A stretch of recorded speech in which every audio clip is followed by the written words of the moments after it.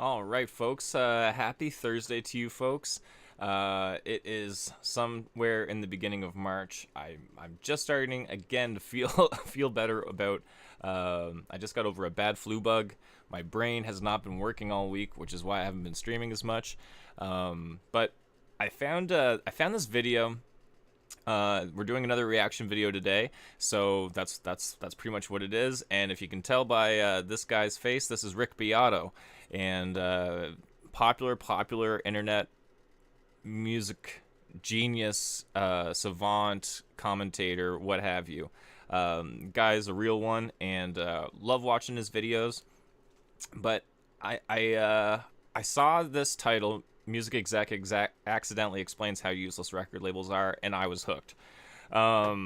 We'll get into it, and yeah, I think that this is going to blow a lot of people's minds, and I'd like to be able to walk through this and see what Rick's found for us here today. Let's get into it.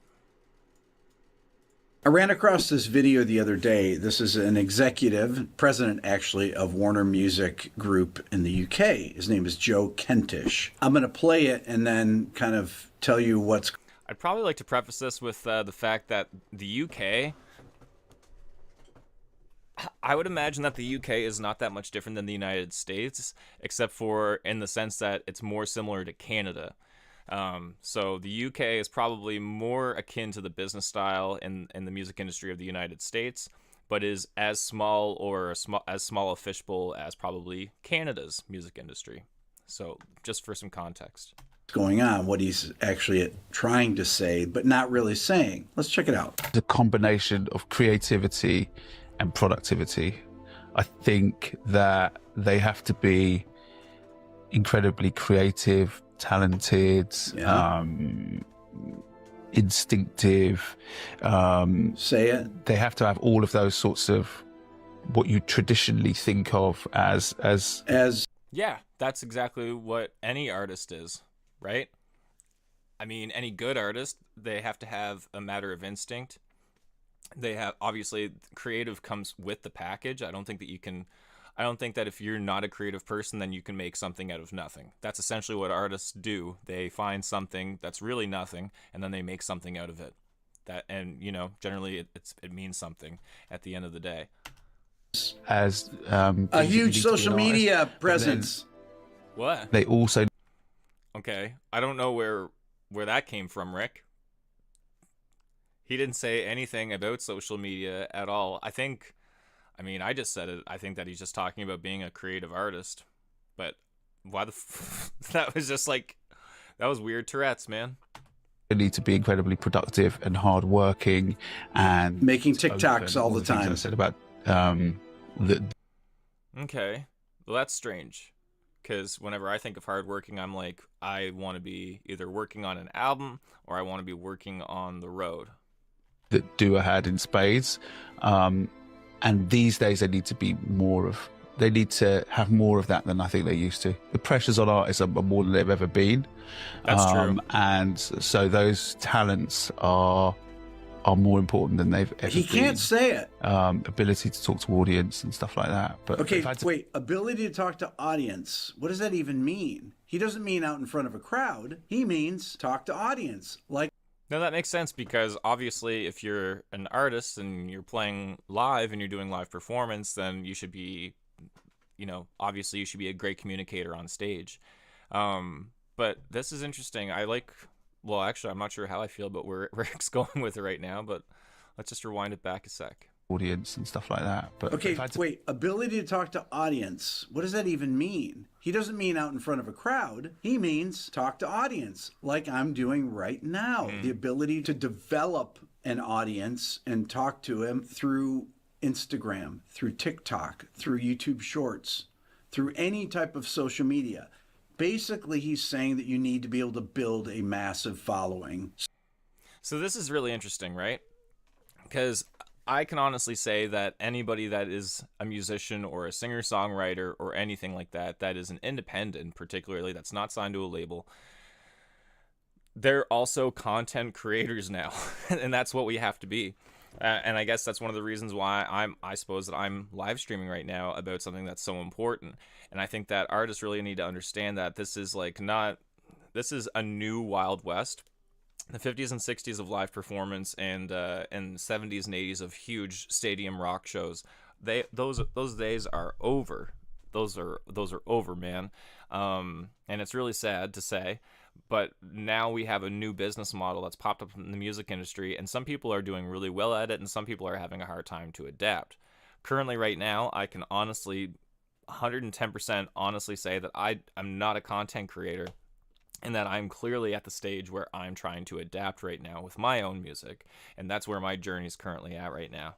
And I think this is why this video is speaking to me so profoundly, is because I think from my personal journey, I've spent literally probably since 2010 till current working on my stagecraft and not working enough and literally not giving a hoot about my social media presence at all. Like, sure, did I promote all of my shows as diligently as I possibly could on my Facebook and across my other social media platforms? Absolutely. But did I also do that as a singer-songwriter who is unsigned without a team? Did I also do that because that's what's also required between the two venues, and like the venue and the artist? That's kind of part of the deal, right? And that's just good promotion in general. But did I take clips of every show? Did I upload them as diligently as a lot of people that are killing it at this tactic right now?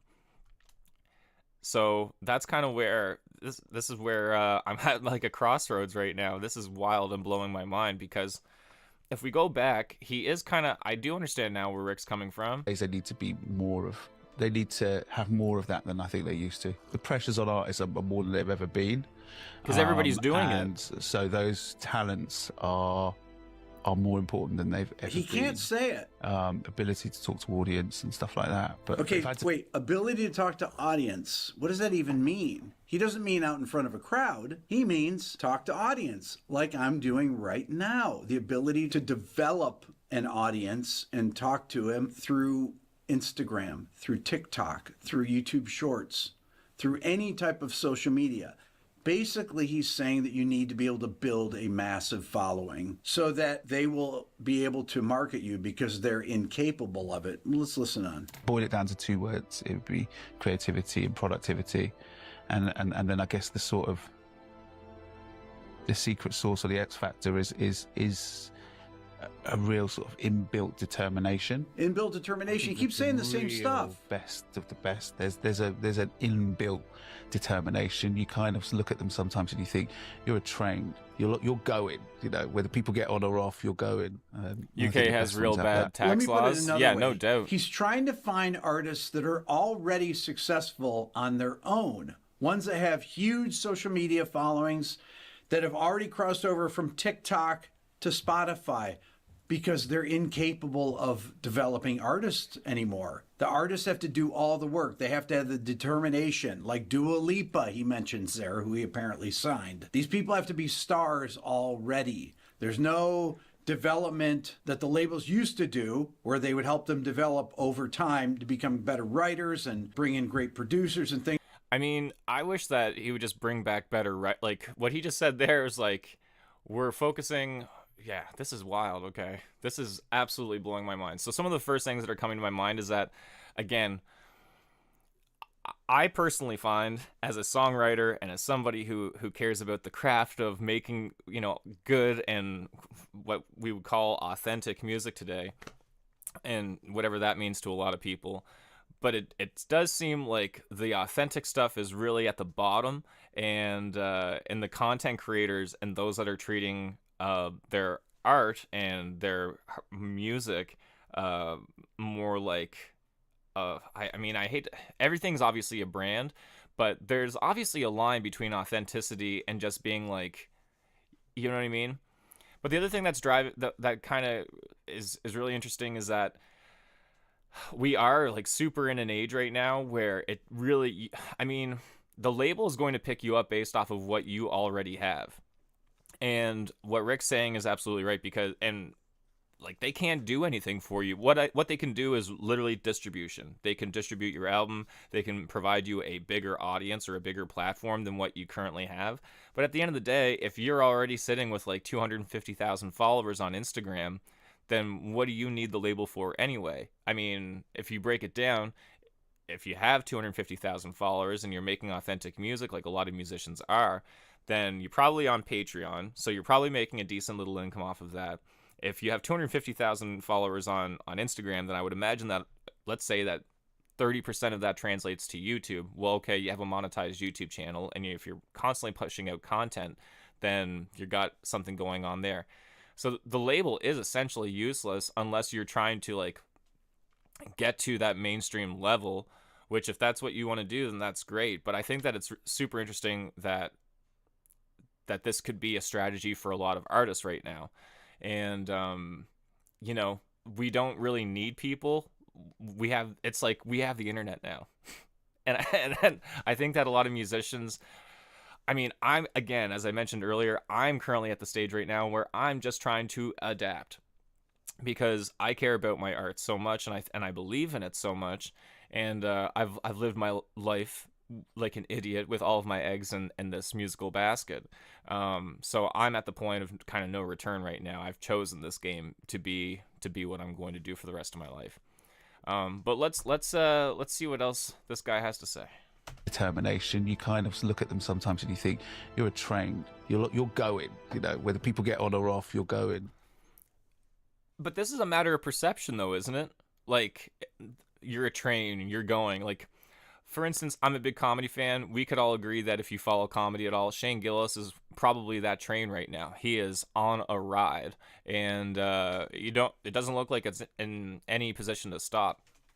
And especially with so many musicians, it's easy for us to look peer to peer and look at somebody else's journey and where they're going at, and trying to make these comparisons of like, holy smokes, they're doing this, and this. And you can easily get discouraged by maybe what the lack of what you have going on. But yeah, what do we got? Johnny, thanks for popping in here today, Johnny. I appreciate it. Welcome to the channel. My name is Jordan Matchett. I'm a Canadian singer-songwriter. I come on here and I talk, and I sometimes do reaction videos about music industry nonsense, and I also, do some live streams on here. I do some reaction videos. Thank you for popping in. I appreciate it. I assume that you're from the UK, given your first comment. The UK has real bad tax laws. Yeah. Labels used to pay DJs play your music. Today, labels pay platforms and bots. It's 100%. I was watching an interview yesterday. There's a new, I think it's like ASA podcast or ACA podcast. I forget what it is, but he was talking to a gentleman from the States and down in Baltimore who went to jail for like botting Spotify, and he actually went to prison for some time for it, which was absolutely crazy. Oh, you're from the US. Well, welcome in, partner. There's no judgment here. I love the US, and I know that for a fact that US loves Canada, so welcome on in. This is a pro America stream, let's put it that way. I love you guys down there, and really hope to do some visiting and share my music with you guys down there in the future. But yeah, let's get back into this video. I'm interested to see what Rick's gonna say about this clown. I think the best ones have that. Let me put it another way. He's trying to find artists that are already successful on their own. Yeah. Ones that have huge social media followings, that have already crossed over from TikTok to Spotify. Now, I'm curious about the why, right? Obviously, it's going to be less money for the label, which is why they've chosen this business model to kind of pivot to, especially within the streaming age. Like, obviously, he's saying from TikTok to Spotify, so there's something going on there. Because they're incapable of developing artists anymore. The artists have to do all the work. They have to have the determination, like Dua Lipa, he mentions there, who he apparently signed. These people have to be stars already. Yeah. There's no development that the labels used to do. Honestly, like, as a Canadian musician, whenever I look at some peers and I see that they're not touring, that they don't regularly tour, or at least they don't, maybe, like, where I'm currently, let's go province by province or state by state. The people that are my peers that I don't see touring are aplenty. But those people also have much higher Instagram follows than me, and they get much more industry opportunity. Figure it out. I recently went on 2 fully sponsored. I'm an independent artist, so I don't have a label or anything like that. I went to the next province over twice in the last year. For people that need some context, Canada is the largest country in landmass, so it is not ideal to be going from province to province. It's hard on gas, it's hard on the equipment, it's hard on a person's nerves, especially when you're trying to get to each show on time, day to day. But yeah, from what I see on the outside looking in, I don't see that hard work is really equaling. Hard work is not based off of merit. It's really like it's so crazy that Instagram follows and these numbers that are ultimately a lot of the times fake are leading to better opportunities for people that don't have the fucking stones, man. They just don't. They don't have it. And it shows because the proof is in the pudding. If you're not out there working and doing the road, which is really, I mean, if you ask any independent musician how are they making money, it's off of merch and it's off of touring. That's it. Nobody's making money off of a fucking record anymore. So that's not happening. We got Johnny saying NIN $350 a ticket. Too much money tour. Yeah, it's crazy. Nobody's making money unless you are on the road and you are selling merch on the road. Because guaranteed gigs in Canada are not aplenty, and as a singer-songwriter, it's very difficult unless you have a full-out band. And if you have a full-out band, that's a logistical fucking nightmare, because if you're independent, then you don't have a manager, so it's you and 4 guys that are hoping to not get into a fight over 5 days while touring, sleep deprived, whatever else comes along with it. But yeah, it does seem like that these numbers that it's the social media game is very, very strong here, and ultimately what Rick's trying to say to us is that if you're trying to get on a label, try getting like 1.3 million followers on Instagram and then somewhere around that number across every other platform, and then you might, this is a lottery, folks, you might get the attention of an industry person that's in one of these major labels. Where they would help them develop over time to become better writers and bring in great producers and things like that. No, they have to be successful on their own. They have to have determination and be relentless in posting on social media. That's so fucking discouraging to hear. It's absolutely so. Like, especially if you're an independent artist in Canada, and I feel like that a lot of people up in North America particularly, and probably all over the States, they look at Rick Beato as somebody who, like, this is pretty good sound advice because he's been in the game for so long, he's worked in the game for so long, and he's an industry person. That's kind of the way it is. He is, in fact, an industry person. If you got on Rick's radar, probably good things are going to happen to you, I would imagine. I would imagine that's a fact. So as a Canadian, it's so discouraging to like kind of hear this, because now that this is like this is going to be the whole world's model, and if it isn't already, which is just crazy. So now as a songwriter, I like, when do I have time to sit down and write songs? When do I have time for inspiration to actually, hit me, take the time right there and then, without the distraction of, maybe I should stream this. Maybe I should stream like the process of writing a song, or making a YouTube short video, or making a long form video out of it. It's a distraction that is going to get that's just going to continually get in the way, I feel, for creatives, and it's going to detract from the quality of music that performers are going to make. I think people need to change when the music it changes. Yeah. Well, I agree that you have to be versatile, right? For instance, we can see a lot of bandwagoning in the country genre right now. I think that we've been able to see that probably for the past, I think the past 3 years we've definitely seen that, because people are looking for authenticity, and there's a lot of bad actors out there that can just hop on because they have the resources to do so in the industry. But yeah, aside from that, I think that you need to be versatile in how you do and how you conduct your business. Absolutely. Absolutely you do. Johnny, what do you do down in the United States, man? Are you a singer-songwriter yourself? What's your deal? They have to have all of those sorts of Think about what you this traditionally think of as a huge social media as, presence.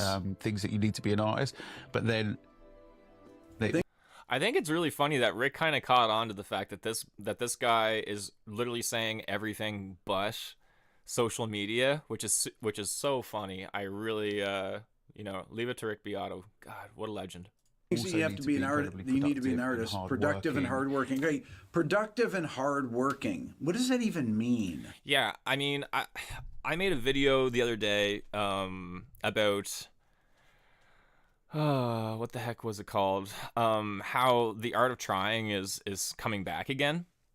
Which I think that it was a Nathan Zed video, and I believe that like how I did a reaction to how trying is cool again, and how we just kind of came out of like this almost a decade, maybe 15-year slump of the arts just like not giving a fuck, and like the least amount of effort was cool. And we went through like album covers from Pablo something. I forget, but go check that video out. It's on my channel. It's titled "The Art of Trying is Cool Again," and I think that I kind of went through that video and I explained that like hard work somehow has lost its definition in the past several years. And with the least amount of effort being cool, I think that like hard work and what that means has been truly watered down. I think that a lot of people, my age or younger, think that hard work is sitting in front of your computer for 9 hours and maybe occasionally breaking a sweat or going to the gym. If you like went to the gym that day, you're on beast mode as far as a lot of people are concerned, I feel. But yeah, I think that the work, like what does hard work even mean right now? I gigged about 40 years. Holy smokes. Well, you definitely paid your dues. No doubt about that, hey? Holy. Well, that's awesome. And you write now. That's great. Twitch, they call me Cat Jam. Well, folks, go check out Cat Jam on Twitch. See what he's all about over there. And folks, if you are tuning in, my name is Jordan Matchett. I am a musician from Canada. I'm a singer-songwriter as well. And if you haven't liked or subscribed this video, I please urge you to do so. I'm a brand new channel and I'm trying to build, and I have a lot of great plans coming up in the next year with this channel. I'm looking forward to taking it seriously, and I'm looking forward to bringing my talent and providing it to you guys for your enjoyment. But today we are looking at a Rick Beato video. About how useless record labels are today because they are truly just after your social media presence, so that way they can make more money off of you and just simply distribute your music to a wider audience, which you can already do because we're on the fucking internet. He doesn't mean going out and touring. Well, yeah, maybe that's part of it. He means they have to be productive and hardworking, meaning they need to be releasing content all the time. They need to be content creators. Not creative musicians. He doesn't talk about musicality or great songwriting or anything like that. He's talking about being productive. What does that mean? Productive. It's making videos like I'm doing right now. But the thing is about music right now, and particularly like within my genre of country and folk, I feel like that it's not even about music right now so much that it's about the aesthetic, and it's about like sometimes when I'm on an Instagram account of somebody that I'm like, I'd like to punch up and I'd like to get to that level, and I look at their Instagram, I feel like I'm looking at a lifestyle magazine. I feel like I'm like it's the equivalent to Home and Garden sometimes. It really is. It feels like I have no idea what this person sounds like. It feels so generic. It feels like it feels like a magazine, and I get no idea. There's no personability. It makes me feel like I need to be rich to even understand this person because it's just so polished and it doesn't feel authentic at all. What type of music? Cool, country's growing. Well, it's really funny for me because within my musical journey, I'm from the east coast of Canada, where country music is quite prevalent. Aside from the east coast of Canada, I think the only other province that you could loudly say, actually, it's a known fact, is Alberta. Alberta would be probably Canada's home of country music, if it is not the east coast of Canada. The east coast of Canada is known for like a lot of bluegrass and, that kind of appellation, I suppose, is probably the best way that you could put it in a comparison. A lot of Cajun, Acadian, French music, because the Cajuns came up. And the dogs might bark because I have elk out in the yard right now, and they're trying to eat up all of our plants. But yeah, a lot of Nashville streams. Man, I don't know. I'm thinking about doing like a whole stream on Nashville, actually. Stuff is going on down there that makes me not want to go down at all. And that's the truth. But yeah, let's get back into this. Spades. And these days they need to be more of, they need to have more of that than I think they used to. The pressures on artists are more than they've ever been. Pressures more than they've ever been. That's true. Talents are more important than they've. You know why the pressure is so high right now is because there are so many bad actors. Like, let's go back to the numbers of Instagram. This shit is not based off of talent or meritocracy. It really is not. I can point out, and folks, I might start up a Patreon channel so that way I can actually give out some real examples of like peers and other people that I know and that I can show you for a fact. The fact is that I just don't want to put it up on YouTube because I'm a singer-songwriter and I want to continue to make a living. So I might put a paywall up on that, and so that way I can show you guys, I don't know, the steamy shit. That will truly blow your minds. But there are people that are out there lip syncing to videos, to live videos, when they could just do the fucking song live. But they make a conscious choice for the sake of whatever they think the quality might be better or something like that. I don't know. I'd rather see the real thing. And again, we're seeing a real drive, particularly on YouTube. Like, look, if you guys go, not right now, but go later and just hit the YouTube column and just go to your main screen, you're seeing a lot more authentic, a lot more real life videos. Like, I'm not sure if you guys have seen this, but there's a kid that went viral because he worked at 7-Eleven, got fired from 7-Eleven, got viral, and now he doesn't want to make YouTube videos anymore because he wasn't ready for the shit. It's absolutely true. And I think that those people, those bad actors that are out in the music industry with 100,000 followers, the cream always comes to the top, and talent will always surpass bullshit because you guys are the fan, right? You guys are the listener. You guys determine what is great.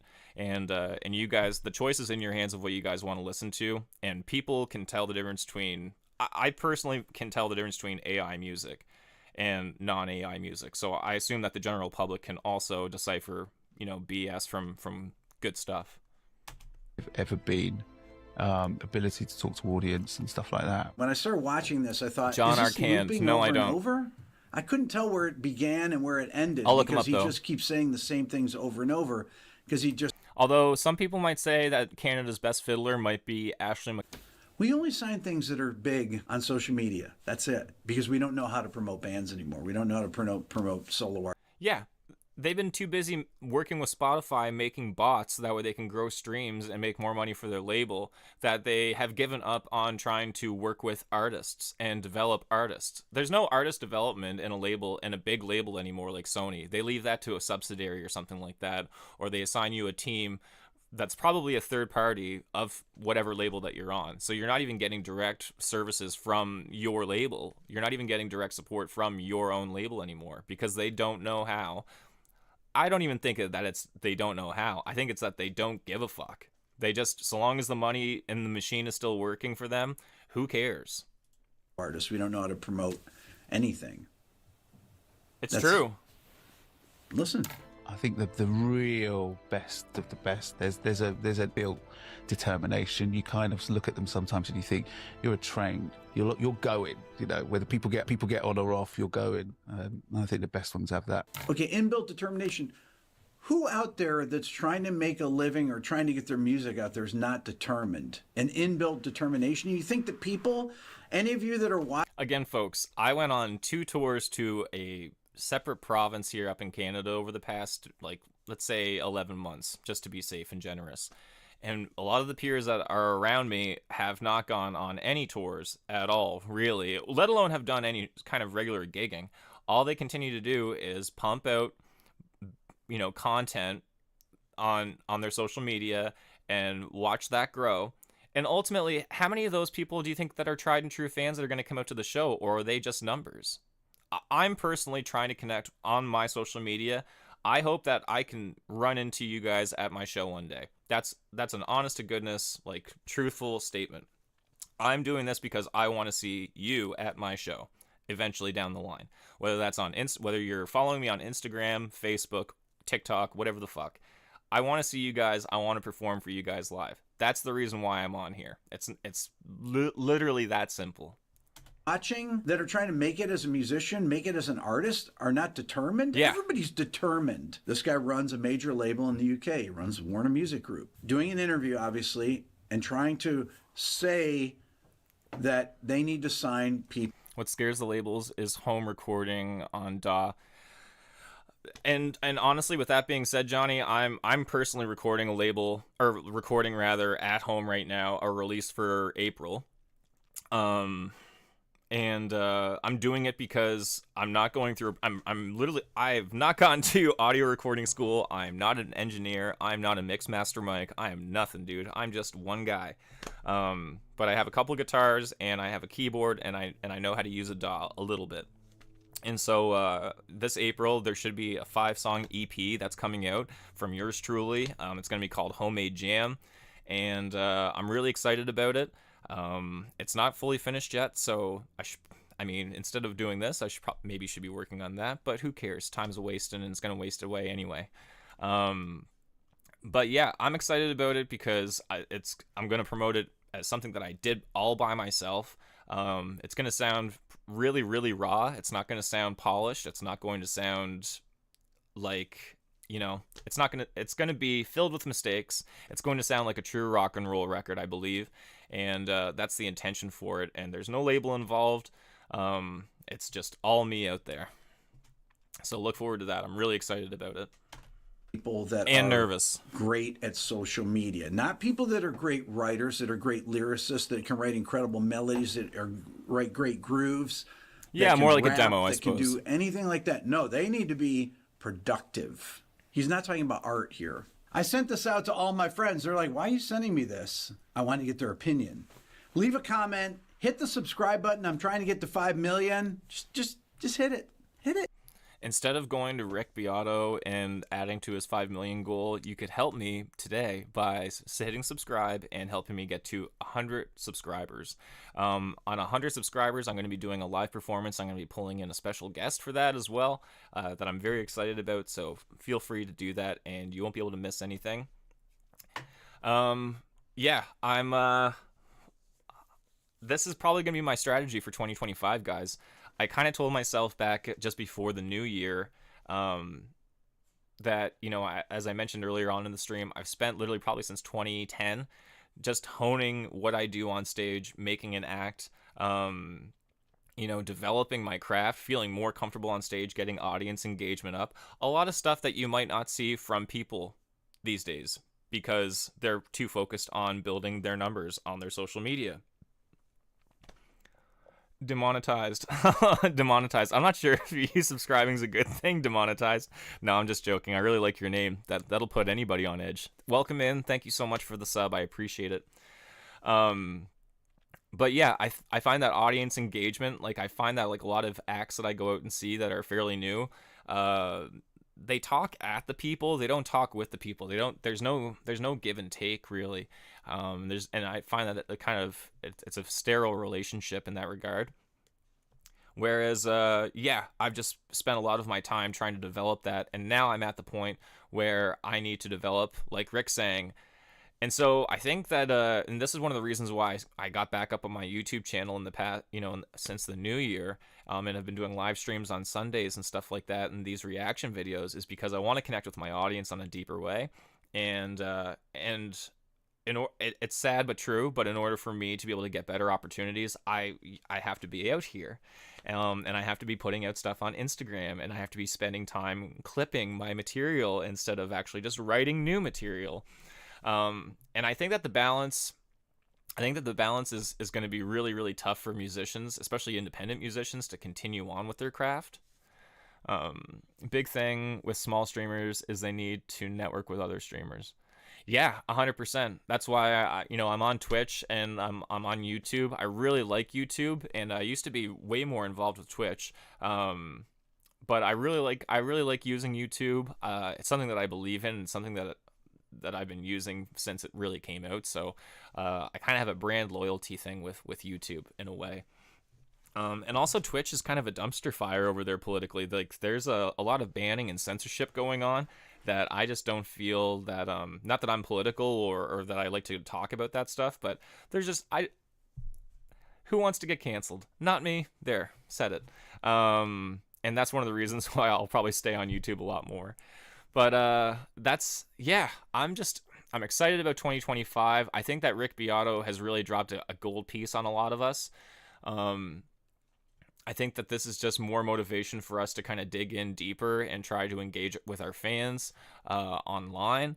And that makes me more excited because, again, before the new year, I was already kind of planning. I was like, look, man, you've already done like 15 years just running the roads, running coast to coast in Canada. And, what are we doing? And I took stock at the beginning of the new year as well. Do Rumble, Twitch, and YouTube all at once. Interesting. I haven't thought about Rumble. Is there any reason why I would want to go on there? That's interesting. I've never thought about Rumble. I thought that was just kind of like another kind of political dumpster fire over there as well. But I could be wrong. I didn't obviously do my due diligent research, and that's okay. I'm just gonna quickly get up. My dogs are freaking out because there have been elk in our yard all morning, and I should probably just go quickly do some damage control. But in the meantime, I'm just gonna put on a quick song for you guys. And you know what I'm gonna do, guys? I'm gonna do something else. Okay, here's what we're gonna do. Bum bum bum bum. Do.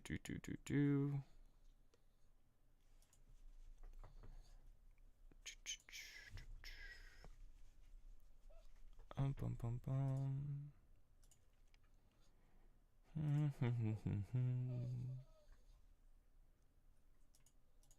All right, we're just gonna put on a little song for you guys. Do.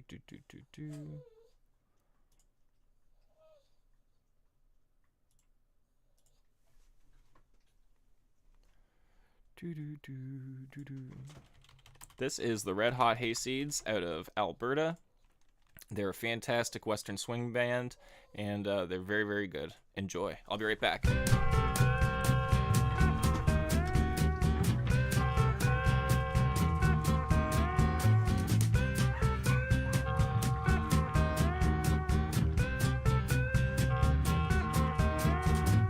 See that steamboat moving along.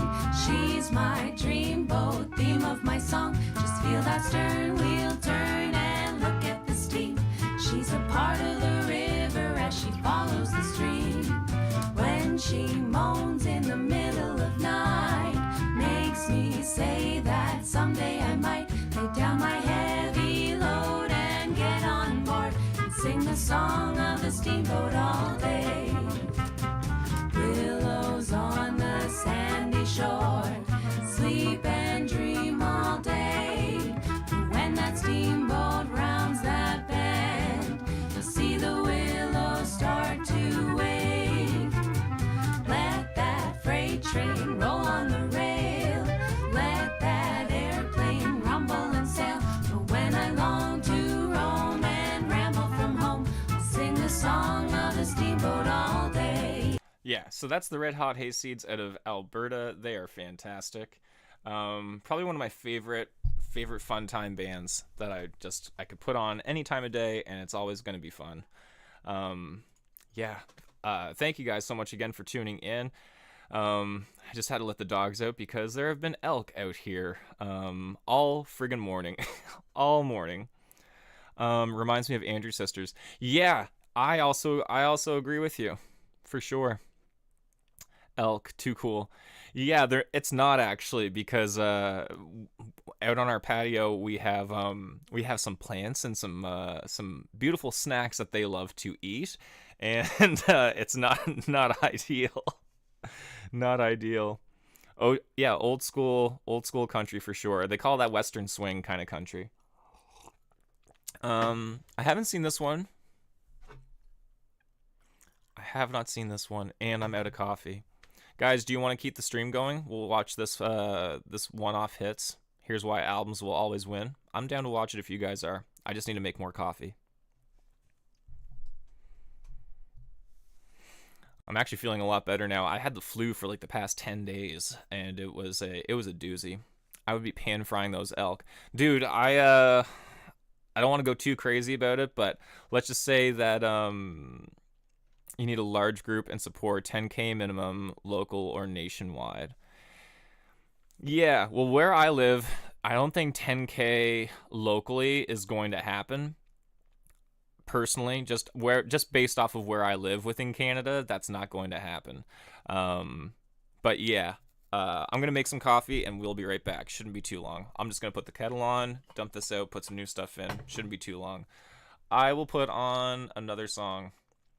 Actually, you know what we'll do, folks? I'll just because I'm a musician and it's a music stream, we'll throw on a performance for you guys.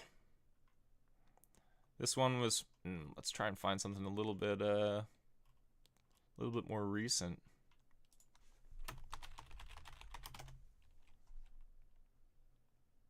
There we go. This is pretty new. Just a little taste while I go get some coffee. You know?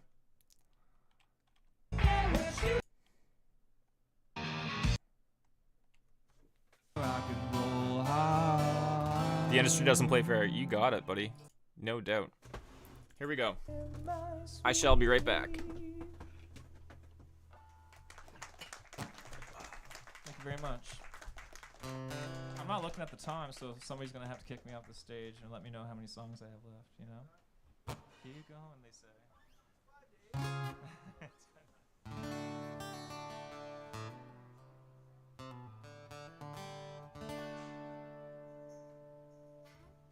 This is a song called Secondhand Shoes.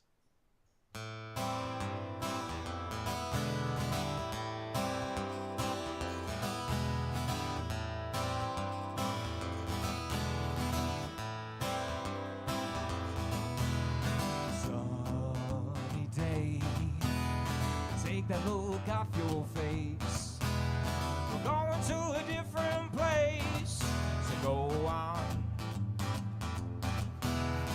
Hello, my friend, glad to see you again. I knew you were always there, so go on. Oh, I got tired of thinking which way I went wrong, but I kept on driving, playing the same nice song. I got tired of thinking which way I went wrong, but I kept on driving, playing the same our song.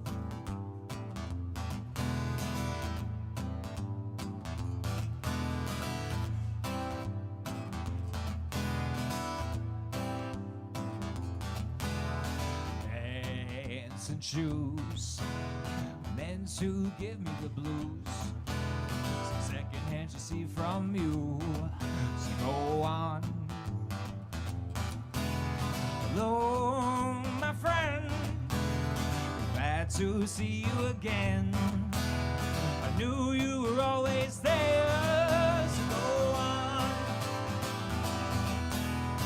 I got tired of thinking which way I went wrong, but I kept on driving, playing the same our song.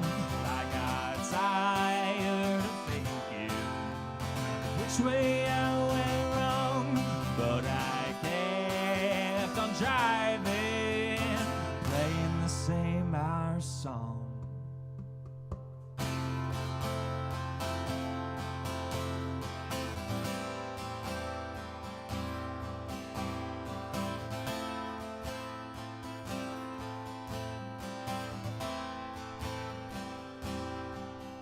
It was a cold, damp night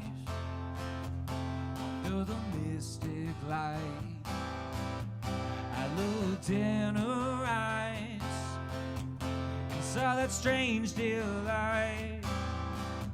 She stole my rock and roll heart. She stole my rock and roll heart. She stole my rock and roll heart. She stole my rock and roll heart.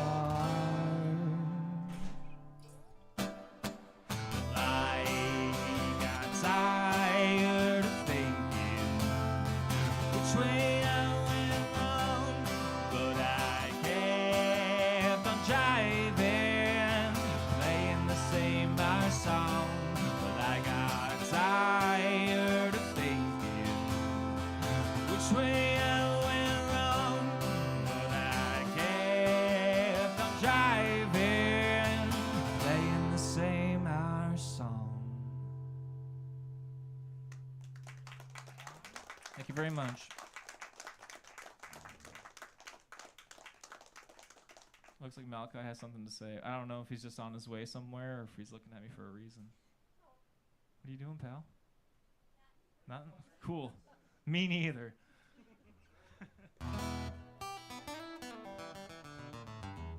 Well, thank you guys all for not leaving at once. I appreciate it. My name is Jordan Matchett. If you guys want to take your phones out and maybe add me on some socials, I know you guys just think, oh, just one person, and what am I going to do, you know? But at the end of the day, next year festival season comes up.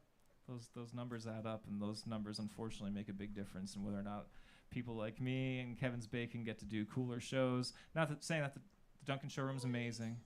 I just said it, man. I just took. It's like baking being up here on stage. Once you put something out, you cannot take that stuff back. It's the cookies. It's in the batch of cookies.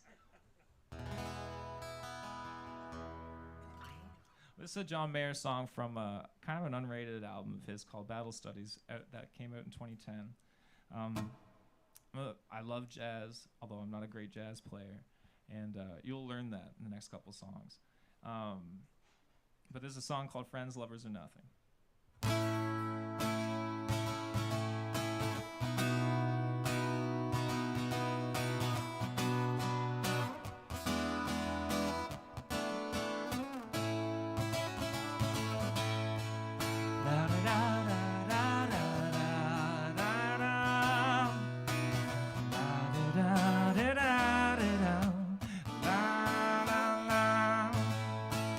Now that we are over as a loving kind, well, I'll be dreaming ways to keep the good alive. And only where we want is not a compromise. Well, I'll be pouring tears from your drying eyes. Friends, lovers, nothing. There can only be one, yeah. Friends, lovers, or nothing. But you know, never be the in-between. So give it up, yeah, yeah.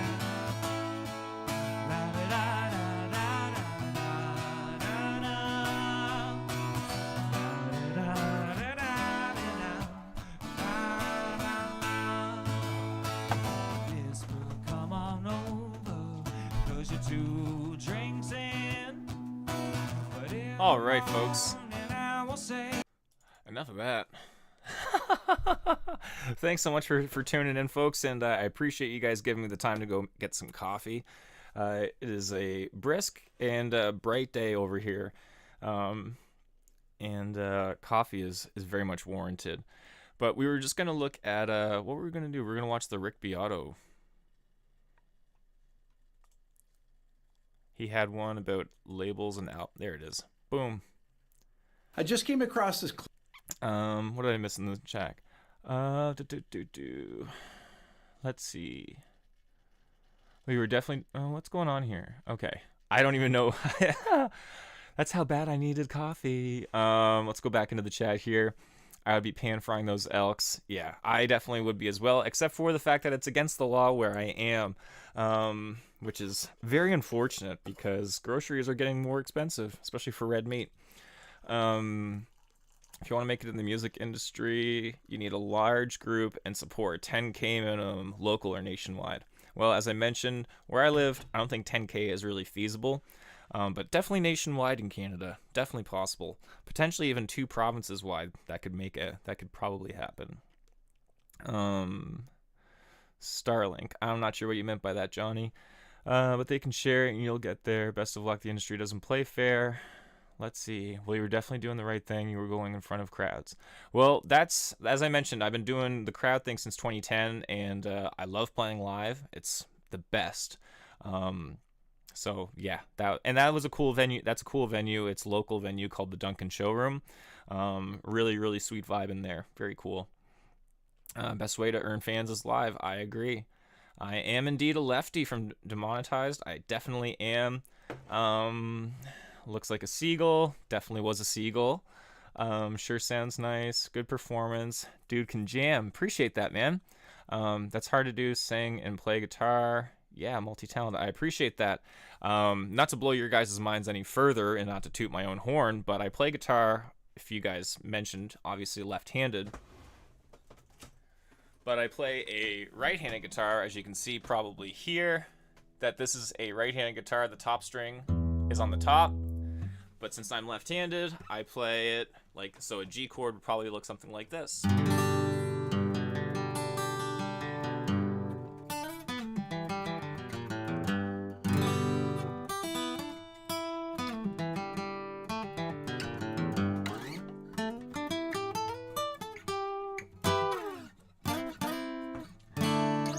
So I love playing guitar, so much so that I play it both ways, actually, left-handed. So I have a left-handed SG that's strung normal, and then I also have this sucker that is upside down, or a right-handed guitar. And it's lots of fun, lots and lots of fun. I have a great deal of fun on it. I was actually at a band rehearsal because I have a show tomorrow. So I was at a rehearsal on Tuesday night. And I just brought my left-handed SG, and it felt kind of weird because like the muscle memory is there, but it also has to like translate sometimes with the chord shapes. And I was like, man, this left-handed stuff's fun, but I really kind of wish I had my right-handed guitar with me at the time. But yeah, finger pick. I don't use the thumb pick, but I can do like a bit of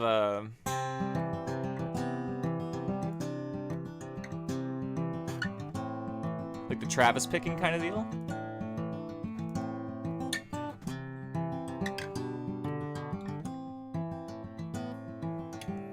Yeah, the old Travis picking. I'm a big John Prine fan, so growing up and starting to play guitar in lessons, that like bluegrass was big going up at home. So you had to know how to flat pick, and you had to know just for like the bluegrass stuff, and then you also knew how to kind of like Travis pick and do some finger pick and stuff. 140 a month. What's going on here? Oh wow, 140 a month, and they wanted to pay me $20 an hour to troubleshoot in California last year. I don't know what you mean by that. Composer. Oh, what's going on here, Lieutenant? I'm missing out some stuff on Lunatic Menace. Right now, you are the author, the publisher, 100%. Well, I'm not a publisher. You have to actually have your own publishing company in order to own the publishing. But 100% profit to yourself. Yeah, but there's also a lot of expenses and overhead. Plus, on top of trying to make the living, like having living expenses on top of like the overhead that you're doing. Particularly when it comes to touring. Touring and traveling is not inexpensive. I left that out of the sentence. A finger pick. Nope. I noticed the seagull was upside down also. Yes, it certainly was. The seagull was definitely upside down. I was drunk the day my mama got out of prison. That is a David Allan Coe song, You Never Even Called Me By My Name. Pretty sure that's third verse. How old were you when you started guitar? I was 13 years old. A very, very good age for any kid to pick up the guitar or any instrument, I think. Johnny was talking about Starlink. Nah, you can be publisher as an independent. Look up ASCAP. We have SOCAN, so it's the same shit, except it's Canadian. BMI, same shit, except SOCAN is Canadian. Yes, I do play drums and keys. I have a keyboard right there.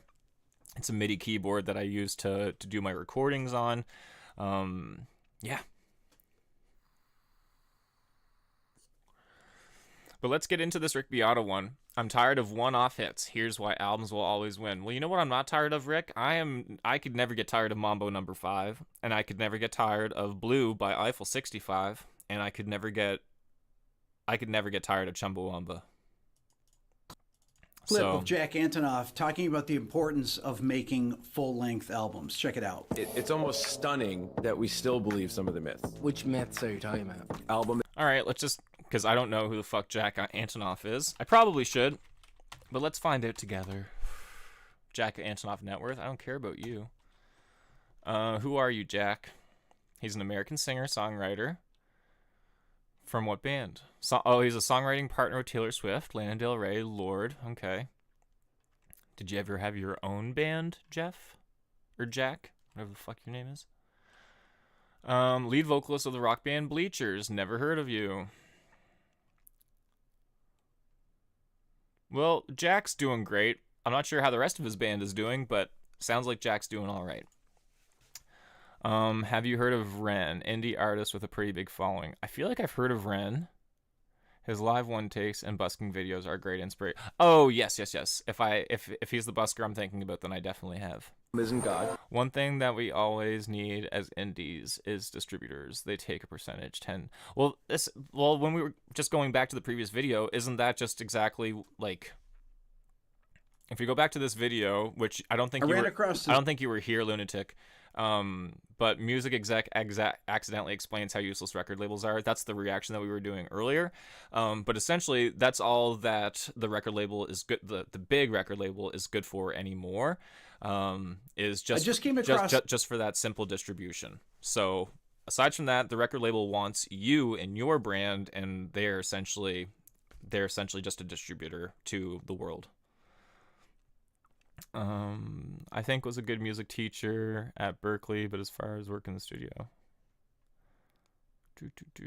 Ooh, Brockta, welcome on in, man. Welcome on in. This is a clip of Jack Antonoff talking about the importance of making full-length albums. Check it out. It's almost stunning that we still believe some of the myths. Which myths are you talking about? Album isn't God. Album is God, period. Always has been. There's no brilliant artist that's existed for a real period of time and changed things and has a real audience that isn't based on albums. They don't exist. True, because even if you look back at Taylor Swift, right? Like, if you go all the way back, whenever I think I might have been 2005 to 2007, she first hit the scene with that Romeo song or whatever. You know, she simply just like came out with a full album. I think it was called 17 or some bullshit. I could be also just mixing her and Adele up. That's also possible too. But she started off with albums. She didn't start off with singles because that didn't happen back then.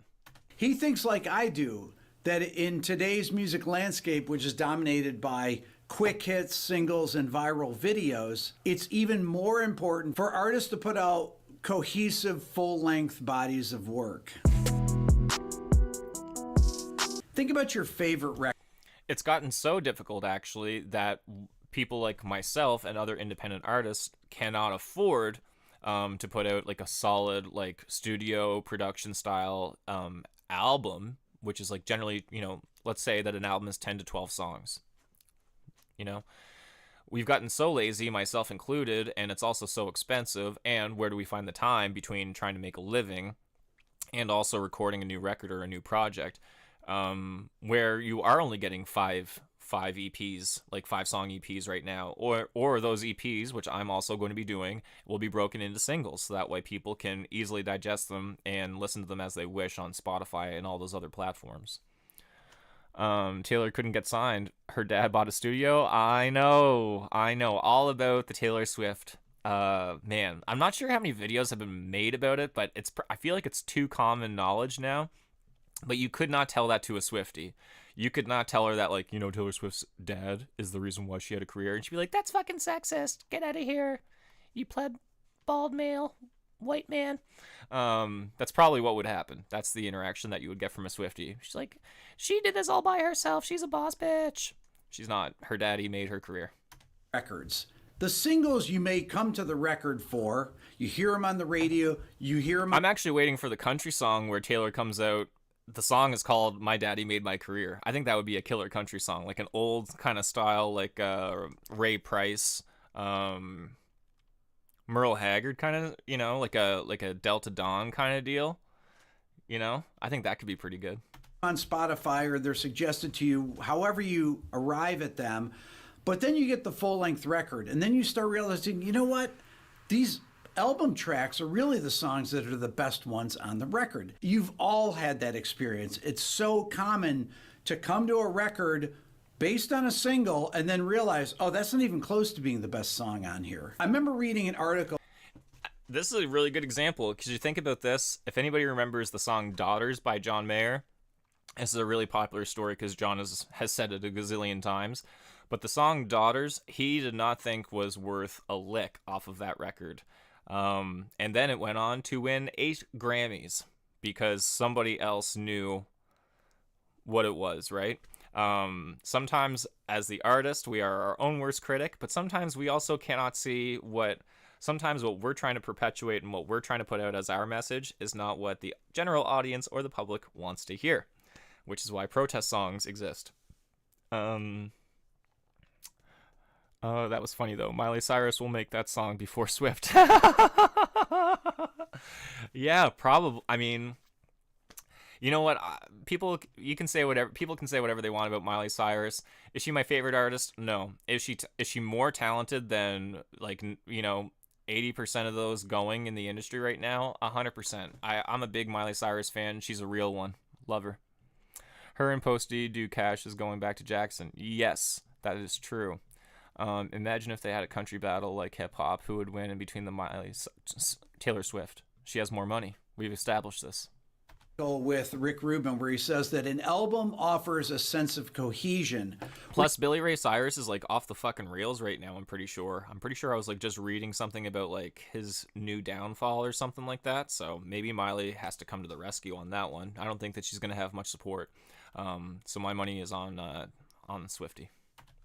Where you need the multiple or group of songs that explore a thread or a concept or a mood that lets the artist's voice really resonate. Another way of looking at it is I want to hear that again. Or a thread or a concept or a mood that lets the artist's voice really resonate. Another way of looking at it is that by weaving songs together under a unifying theme or sound, an album becomes more than just a collection of tracks. Think of albums like Zeppelin 4 or Dark. Imagine that, this album right here, Dark Side of the Moon, and is this Houses of the Holy? No, that's not Houses of the Holy. What did you say that was? Just a collection of tracks. Think of albums like Zeppelin 4 or Dark Side of the Moon. Okay. This is a hot take, but in probably 20 years, both of these will just be chalked up to concept albums. People will just think of these as concept albums now because they were more than 8 tracks. Think about that. And I don't think that's a far stretch. I think that these two will probably be called concept albums. Definitely. Pink Floyd, or Boston's first album, or Back in Black by AC/DC, or The Chronic by Dr. Dre, or the Marshall Mathers album. The Marshall Mathers album, 110%. I think that it is a concept album. I think that actually is the case. Whereas Dr. Dre, The Chronic, it's a cohesive work. So this is a concept album. Eminem's Marshall Mathers LP, that is a concept album. Dr. Dre's The Chronic is a body of work. That's the difference. LP by Eminem. These aren't just a collection of songs. They create a cohesive listening experience from beginning to end. Dark Side was a concept album. Okay, fair enough. I'm not sure how far behind in my chat I am, so I hope I'm not too far. It can't be divorced from itself. If you listen to a single... Before he gets into this, the stronger emotional connection to the album, 100%. Because I'm pretty sure that, just judging by the demographic and what I'm reading in the chat, I'm guessing that each one of us right now could probably name one album that either changed your life or has stuck with you. And I'm talking about a whole album from start to finish. I can definitely think of here's mine, Sparkle and Fade by Everclear. That is my favorite album, Sparkle and Fade by Everclear. Start to finish. Is it the best album? No, it's not. But from start to finish, feels great. Feels absolutely amazing. Another really good example, I'm going to use Everclear again. So Much for the Afterglow.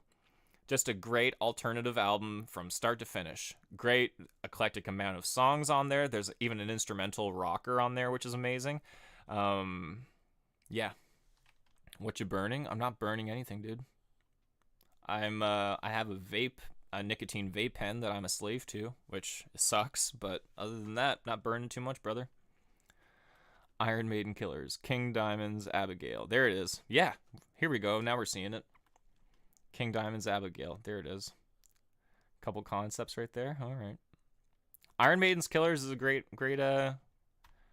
You might listen to it, you might put it in a playlist, but after it's over in 3 minutes, you may just move on to something else. But if you can engage your audience into a 30 or 60-minute experience, these are the things that develop that emotional connection. Paul McCartney and Wings Band on the Run, my two favorite albums.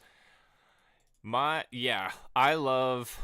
a big, as a left-handed guy, there's a couple people that I really love. McCartney is up there. He's the fucking man. He's the greatest songwriter. He's the greatest bass player. He is the greatest arranger. He's the man as far as I'm concerned. Love Paul McCartney. My favorite album by him is the Ram album, with Three Legs and Uncle Albert. Just a great record. I remember listening to that on vinyl whenever I was going through my hipster phase in the early 2000s. Between you and the audience, that's going to get people to come out to your shows. That's going to get you your 1,000 super fans. They're going to help fund all of your projects. Speaking of super fans, my name is Jordan Matchett, and if you guys are just tuning in, this is a fairly new channel. As you guys can see that I have less than 100 subscribers. I'm trying to get to that 100 subscriber amount. I do live stream performances. Today we're doing some reaction videos on Rick Beato, and love to share my talents and my hot takes with you guys, and I appreciate you guys for popping in here today. Thank you. You guys rule. It's incredibly important for that. Historically, music's been dominated by the album format. If you think about iconic records like Fleetwood Mac Rumors or the Beatles' Sgt. Pepper's or Michael Jackson. Probably one of my favorite records of all time is the Beatles as well. That Sgt. Pepper, I got into the Beatles fairly late, so as a young listener, I got that album probably by the time I was probably 19, and that thing just shook me. Thinking about like obscure songs like Fixing a Hole, and they're all good. It's like, this is a song about fixing a hole, but is it though? And you smoke a bunch of reefer and you never really know what the fucking song is about. Jackson's Thriller. These weren't just collections of hits, they were cultural touchstones that defined eras. Quincy Jones once said, when you talk about those albums, you're talking about miles. Hey, Demonetized, that's great work, man. Keep it up. Keep it up, man. Rick's got a Gibson Les Paul Jr. deal. He certainly does. I would love to have a left-handed version of that, especially I think he has a blue one and then the TV yellow one. Stones that changed the game.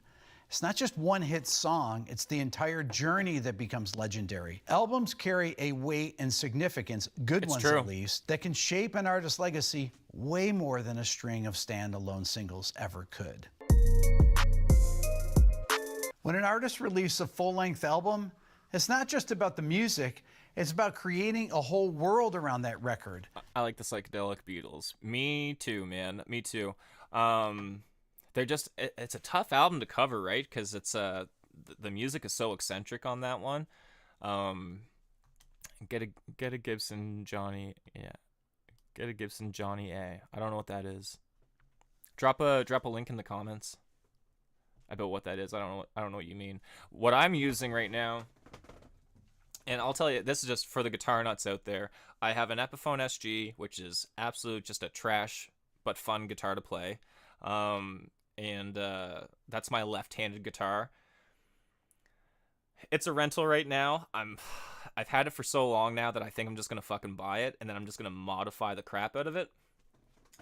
But this guitar particularly, those that were in earlier, they saw that I was using a Seagull on a performance. I was a big Seagull guy. As a Canadian, I love buying Canadian. I love being able to support Canadian companies. But that guitar was really, really bright, and it was almost a sound engineer's nightmare whenever I would take that guitar and I would just plug it straight in. So I kind of got tired of listening to that, and then I ended up... one second. I think I'm just gonna adjust the camera here a little bit. Sorry. Hopefully that works. I don't know.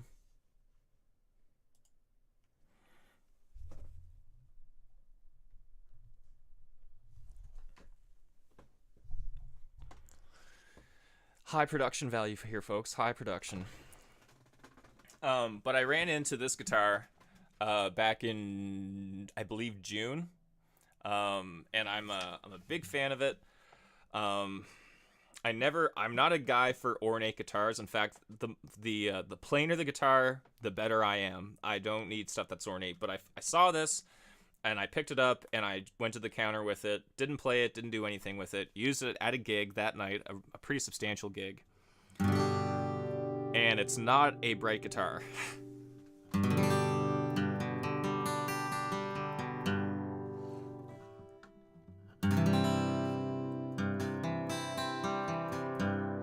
Not a bright guitar at all.